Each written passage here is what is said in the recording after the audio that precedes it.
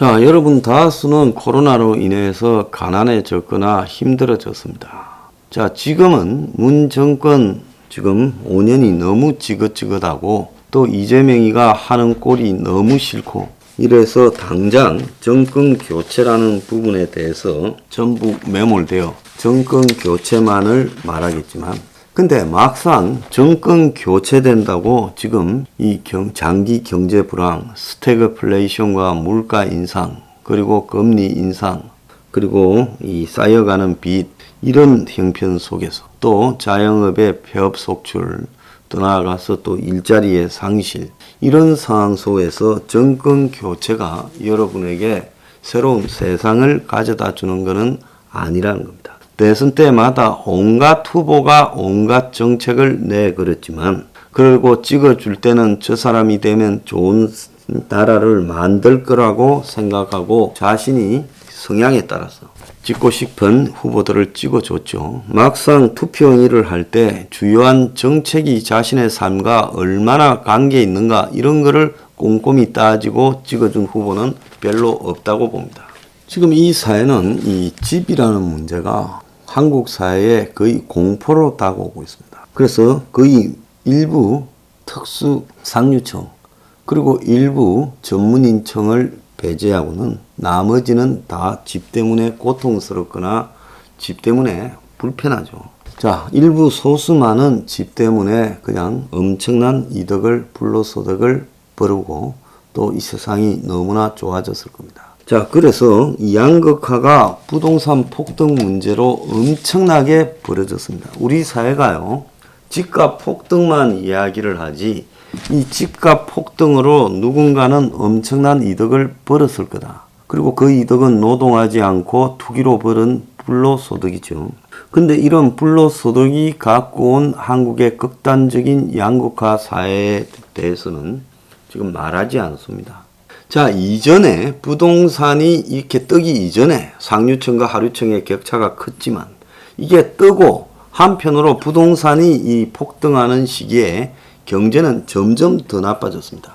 그러니까 부동산 문제가 없더라도 경제가 악화된 상황에서 서민들이라고 부르는 사람은 어려워졌는데 여기에 전세, 월세부터 집 문제가 등장하면서 이 사람들의 삶은 완전히 코너로 몰렸어요. 그래서 과거의 한국 사회의 기득권과 서민층 간의 간극보다 훨씬 더 커진 간극이 지배하고 있습니다. 자, 오늘 제가 이야기를 하고 싶은 것은 실제로 피부로 이렇게 느끼는 부분은 박정희 대통령의 70년대나 전두환 노태우의 8, 90년대보다도 현재가 삶이 훨씬 고통스러울 겁니다. 자, 그때는 월급이 액수가 많지 않았지만은 돈이 상당히 귀했습니다. 쓸 데가 있었다는 거죠. 지금 여러분 돈을 가지고 쓸라 해보십시오. 돈 가치가 가치인가요? 또 그때는 누구나 다 일자리를 구할 수 있었고 또 누구나 다 열심히 노력하면 그 신분의 상승이 가능했습니다.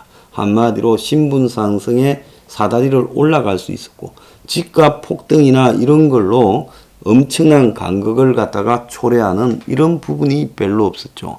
물론 그때도 부자와 가난한 사람의 차이는 있었지만 대부분이 가난했고 소수만 부자였습니다. 근데 이제는 부자도 좀 두터워졌고요. 흔히 전문직 중상층 상층은 부자라고 봐야 됩니다.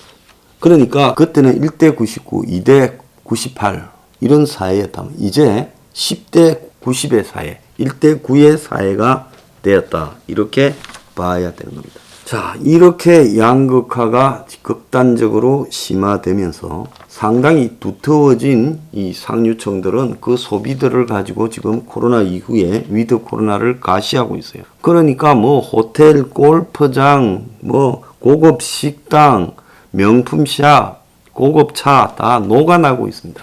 자, 그 반면에 한쪽에서는 지금 삶이 굉장히 팍팍해지는 사람들이 늘어나고 있어요. 그래서 뉴딜 정책, 저 뭉가리의 사기 뉴딜이 아니라 제대로 된 한국형 뉴딜 정책이 필요할 정도로 일부 서민들의 삶은 무너져가고 있다는 겁니다. 자, 이런 속에서 이 주택 문제를 해결해야 되는데 이 주택 문제에 대해서 내놓은 보수청의 대안들이라는 것도 결국은 과거 이명박과 박근혜 수준을 벗어나지 못할 거라는 겁니다. 그런 수준 정도의 주거 정책으로 이 사태를 해결하지 못할 거라고 저는 보고 있습니다. 과감하고 혁신적인 주거 정책의 제시, 그런 것이야말로 대통령을 새로 뽑는 가장 중요한 의미입니다. 우리가 그냥 분풀이 차원에서 문 정권을 심판하고 그리고 부패한 전직 정치인들을 깜빵으로 보내달라, 이래서 그걸 대선 후보들에게 그걸 기대한다, 이렇게 말을 하지만 진짜 그것만을 기대한다면 그렇게 된 세상에서 당신의 삶은 바뀐 게 있느냐? 바뀌지 않고 더 어려워질 거예요. 새로 보수 대통령을 뽑는다 해도 그 사람이 용 빼는 재주가 없습니다. 최저임금 인상 안 하고 주 52시간 안 하고 문가리가 했던 경제 정책들을 다 무산시키고 원위치를 시킨다고 경제가 살아나겠습니까? 지금보다는 좀 낫겠지만 그것이 경제를 살릴 수는 없습니다. 객관적으로 보면 경제라는 것이 현 시점에서 살아날 수 있는 것인가도 우리가 좀 봐야 되겠죠. 그러면 이제는 어떻게 해야 되냐? 그야말로 저성장 고실업 고양극화 시대에서 살아갈 수 있는 대안을 새로운 대선 후보가 내어야 된다. 과거의 성장 시대에 얼마만큼 성장해서 소득이 얼마 증가하고 국가가 얼마 주택을 민간에서 공급하고, 이번에 대장동에서 민간 공급 주택의 실체를 보지 않았습니까? 대장동이 생기기 전에 저는 저의 팜플렛에서, 여러분들이 플래카드 싸는 팜플렛에서 뭐라고 했습니까? 집이 왜 비싸야 되냐? 집이 결국은 지자체 단체장, 정치인, 그리고 소수 투기꾼, 그리고 조포, 그리고 건설사 등이 다 결탁을 해서 그 집에서 모든 것을 빼먹기 때문에 턱없이 비싸다. 이런 것들을 배제하고 집을 둘러싼 부패 카르텔을 깨면 700만 원에도 집을 공급할 수 있다. 평당용.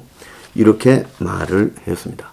그런데 이번에 대장동을 여러분이 딱 바라보면서, 이야, 얼마나 저 화천대유 천화동인 또 기타 업자들이 빼먹고 저렇게 해서 만드는 가격이 평당 2, 3천만 원대 저 아파트구나 하는 걸 보지 않았습니까? 자, 그래도 성남 대장동이면 서울보다는 훨씬 변두리인데도 그렇습니다. 그럼 서울은 어떻게? 말할 필요도 없는 거죠. 외장 그리고 정원 이런 거 뺀질이하게 좀 만들면서 얼마나 많은 부패들이 이 집에 담겨 있느냐. 자, 그런데 이 집을 둘러싼 부패 카르텔이 한국에서 제일 짭짤한 부패 카르텔이에요. 이 사람들은 절대 이 부분을 놓지 않을 겁니다. 왜? 이런 걸 놓게 되면 이만큼 남는 장사가 없어요. 제조업에서 남겠습니까? 어디에서 이렇게 남겠습니까? 안 먹는다는 겁니다. 그럼 이거를 어떻게 깰 거냐? 이거를 깨지 않고 그걸 민간 공급이라 하면서 강화시키고 그들에게 용적률이니 건폐율 올려주면서 더 해먹으라고 하게 되면, 그런다고 집값이 내려갈 것 같습니까? 한번 올란 집값이 안 내려갑니다. 그야말로 시장에 충격을 주는 조치를 취하지 않으면 안 내려간다. 이 부분에 대해서요, 저는 동당의 대선 후보가 정말 각별히 각성을 해야 된다. 당신도 어느 순간에 또 다른 MB가 되고 또 다른 박근혜가 되어서 아무것도 주거 문제에 한 것이 없이 떠나게 된다. 이명박의 주거 정책을 찬양하는데 그 뭡니까? 보금자리, 종부세 완화, 건설업체들이 굉장히 좋았던 시절이었죠. 보금자리 만들면서 그린벨트 풀어서 싼값으로 건설업체들 던져주고, 그래가지고 그런 그린벨트 자리에 아파트 지어서 그 아파트 당첨되는 소수에게만 로또였지요. 국민 소수에게 로또 실험을 한 사람이 이명박이에요. 자, 그때 집값이 오르지 않아서 부동산 정책을 잘한 게 아니라 그런 식의 부동산 정책, 그리고 또 박근혜 전 대통령의 행복주택 흔적도 없어요. 그리고 공약하지도 않은 또 이제 재벌 건설사들의 임대주택 월세 받는 장사까지 뉴스테이라면서 찬양하다가 망해갔습니다. 자, 윤석열 홍준표 같은 이런 보수 후보들이 낸 주거 정책요. 일부는 혁명 21의 정책을 수용했습니다만은 턱없이 부족하고요. 그런 것으로 이 세상이 바뀌지 않는다. 더 나아가서 현재 이 세상에 가장 심각한 것은 플랫폼에 장악된 경제입니다. 자, 이것들도 한번 물은 것들을 절대 안 놓을 거예요. 온라인 비즈니스다. 4차 산업혁명이다.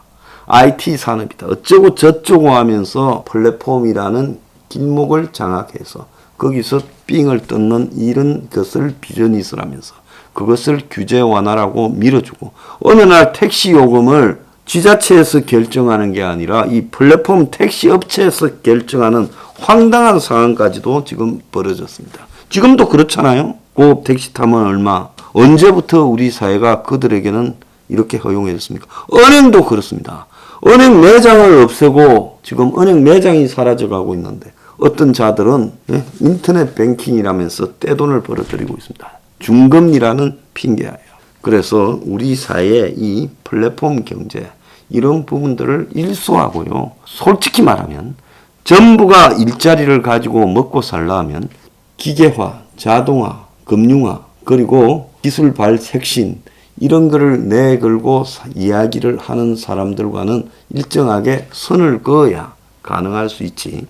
이 기계화, 자동화, 기술 혁신, 금융화는 필수적으로 이익 극대화를 노리게 되고 비용을 적게 들이면서 이익은 지속적으로 창출할 수 있는 꼼수를 부리는 겁니다. 이 부분을 우리가 무조건 방치하다가는 그야말로 전 국민의 빈곤화가 진전이 된다. 저는 이 온라인으로 상품을 파는 전자상거래에 대해서도 엄청난 세금을 매겨야 된다고 봅니다. 그들은 가게도 없고 점원도 고용하지 않으면서 앉아서 떼돈을 법니다. 온라인으로 싸게 판다 하지만 그 온라인으로 싸게 파는 게 아니라 그야말로 앉아서 떼수익을 벌어들이고 있습니다.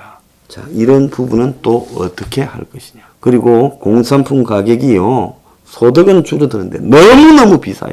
전화기 한 개가 신상이 나오면 150만 원, 200만 원짜리 시대에 컴퓨터며 차며 TV 가격이 저게 뭔 말입니까? 왜 외국보다 2배가 비싸요? 이런 것들도 전부 원상 회복시켜야 된다. 그래서 이 서포 15조가 이야기하는 저성장 고실업 초양극화 시대에서 사람들을 생존을 유지시켜가고 그리고 젊은 사람이 결혼을 하고 가정을 가지고 출산을 할 수 있도록 만드는 것. 노인이 평생을 일하고 말년이 그야말로 고려장 당하지 않게 만드는 것. 이런 부분에 대해서 대선 후보들이 안을 내야지.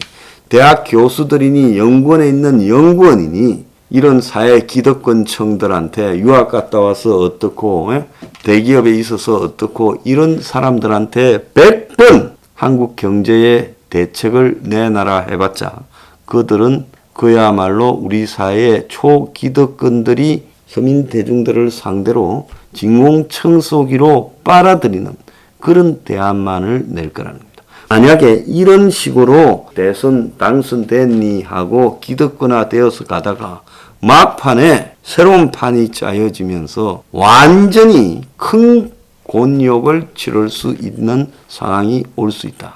저는 똥당의 대선 후보가 과감히 기득권과 단절하고 이럴 때일수록 서민을 위한 과감한 사회 경제적 개혁을 해야 된다 주장을 합니다. 그렇지 않으면요 이건 보수의 몰락으로 이어질 거다.